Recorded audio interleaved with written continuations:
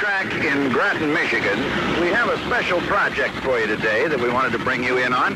That's the all-new Hurst Oldsmobile. And driving the car right now, we have Jack Watson, who came up today, and we always like to be in on the creation of something new, Jack, and it's nice to have you. Well, Bud, it's nice to be here, and we're nice to have you in on it.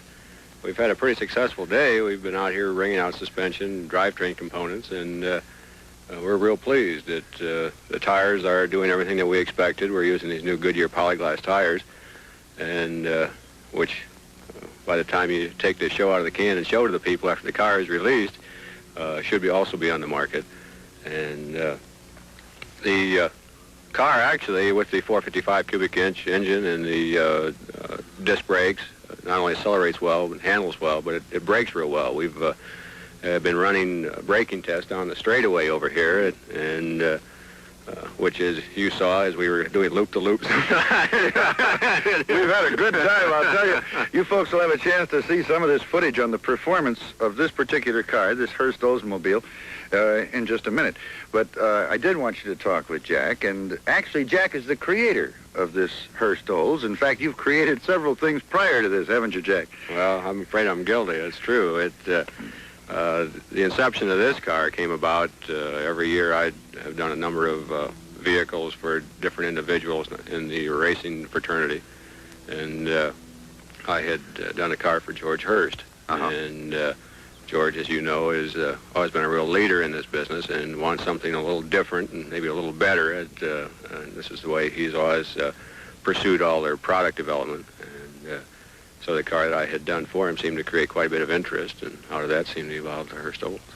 I know Jack is familiar to many race fans around the country, and also the creator of the Hemi under glass and that twin-engine Olds Dynamo. That was a wild one too, wasn't it, Jack? Oh, it sure was. We've got a new one on the boards right now. It we'll be releasing this summer.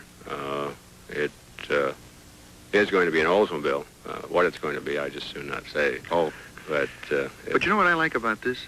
This car, this particular car, is going to be made available to fellas all over the country. Well, that's true. It's going to be a limited quantity reproduction. We're going to build 515 of them.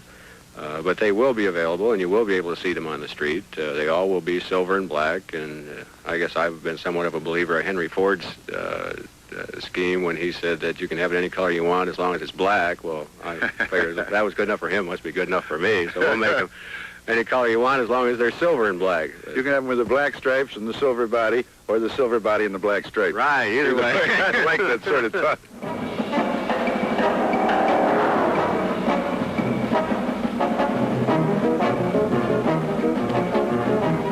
We've had our fair share of supercar ringouts here on Car and Track, and it just could be that the Hurst Olds is the silkiest bomb ever nestled between four wheels. This executive's hot rod carries its own insignia to tell the world it's a special kind of Oldsmobile. The body is probably the only thing that's directly traceable to a 442. After the car is built in Lansing, it's taken across town and rebuilt by Demmer Engineering. This is where the HO package is assembled. This road missile is the brainchild of ex-Hurst man Doc Watson, plus being marketed and warrantied by Oldsmobile.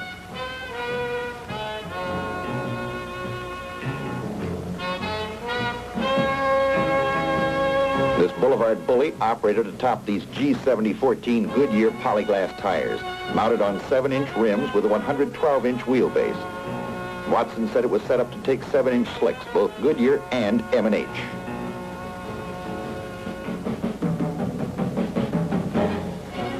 This special Hurstmobile undoubtedly offers the lushest interior of any supercar on the market. The front buckets are roomy and quite soft, and a whale of a lot more comfortable than the ones behind them. Legroom in the rear is not bad. At any rate, it's a supercar that can honestly be termed a family car. Our tester had power assist steering, which takes a little getting used to on a tricky track, but the wheel is positioned perfectly for hard, high-speed cornering. The car is available only with an automatic transmission and this award-winning Hurst dual-gate shifter. All instrumentation was recessed in this walnut panel dash. Gauges were clear and easy to read. With this muscular monster under the hood, you'll never have to take a back seat in your local drive-in. 455 cubic inches, delivering 390 horsepower, a compression ratio of 10.5 to 1, and 500 foot-pounds of torque at 3,600 RPMs, plus a little thing called ram air. We also had a few other little goodies aboard, like high-performance cylinder heads, a high-lift, long-duration cam, and tuned tubular headers. All this plus air conditioning and stereo tape.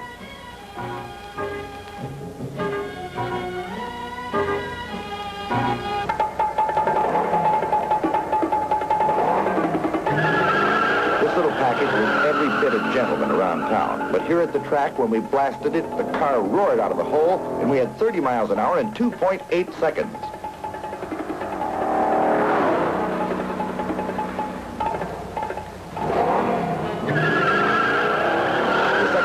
We went for 45 and had it in 3.5 seconds.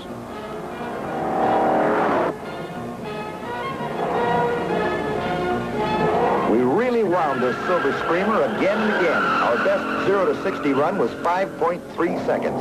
The fastest quarter-mile time was 13.24 at 107 miles an hour. And no matter how you slice it, that makes the Hurst Olds a goin' Jessie.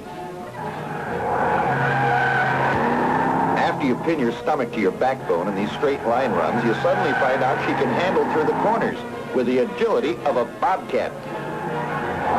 Jack Watson designed this car to go, handle, and stop like no other supercar on the market. And we were convinced that this car was just one notch away from the twilight zone. In the stop category, it was great. From 30 miles an hour, we shut down in 31 feet. From 45, it took 56 feet. This Hurst hot rod features disc brakes up front and drums in the rear. We made several high-speed panic stops from 65 miles an hour. The average stopping distance was 148 feet, and they were all good straight-line stops. Pedal fade at a minimum.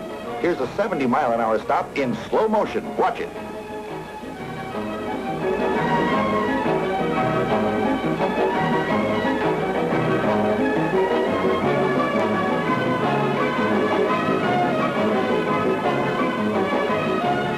The beautiful part of this executive supercar is not the instant wallop, but the smooth, comfortable riding qualities.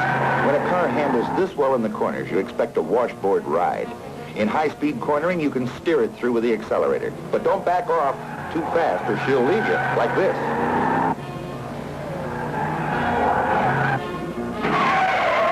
All the suspension emphasis is placed on handling. Stabilizer bars front and rear. Spring rates on the coils are 435 pounds per inch up front, 122 pounds per inch in the rear. Well over 50% of the car's 3,600 pounds is up front. That rear stabilizer bar does a tremendous job. In extreme cornering, when the front end starts to go, a little more power brings it through the pocket in a controlled drift.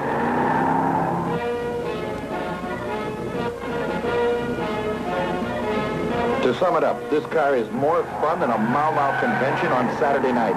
And with air conditioning and stereo, it's the only way to fly.